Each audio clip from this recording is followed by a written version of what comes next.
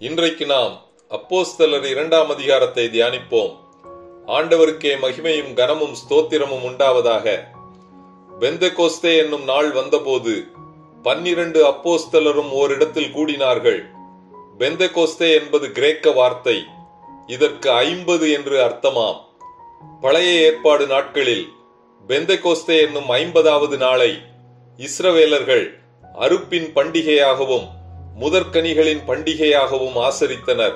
மேலும் விவரங்களுக்கு யாத்திராகமம் 23:16, லேவியராகமம் 23:10 முதல் 16 வசனங்கள், எண்ணாகமம் 28:26, உபாகமம் 16:9-10 வசனங்களை வாசித்து தெரிந்து கொள்ளவும்.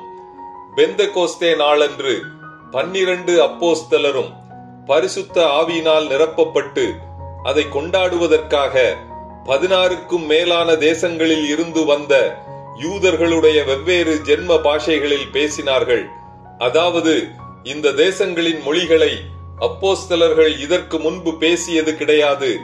ஆனால் பரிசுத்த ஆவியினால் நிரப்பப்பட்ட போது அவர்கள் ஆவியின் வரத்தை பெற்று வேறு தேசங்களில் இருந்து வந்த யூதர்கள் புரிந்து கொள்ளுமாறு அர்த்தமுள்ள அந்நிய தேசத்து பாஷைகளை பேசினார்கள்.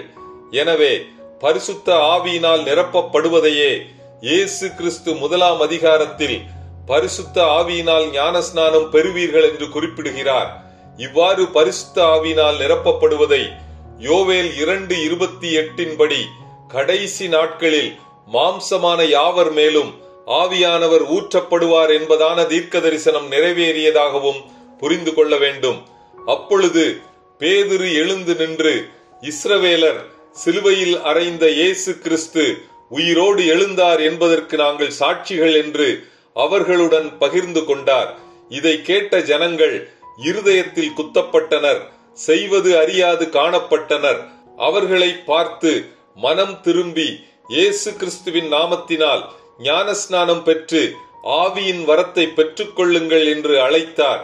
அன்றைய தினம் ஏறக்குறைய 3000 பேர் ஞானஸ்நானம் பெற்று திருச்சபையில் சேர்த்துக் கொள்ளப்பட்டனர். இது ஒரு பெரிய ஆத்தும அறுவடையாகவும் திருச்சபையின் முதற்கனியாகவும் அமைந்ததால் நாம் இன்று பெந்தெகோஸ்தே நாளை திருச்சபை பிறந்த நாளாக கொண்டாடுகிறோம். இத்துடன் அப்போஸ்தலர் 2ஆம் அதிகாரம் முடிவடைகிறது. கர்த்தர் தாமே நம் எல்லோரையும் ஆசீர்வதிப்பாராக. ஆமேன்.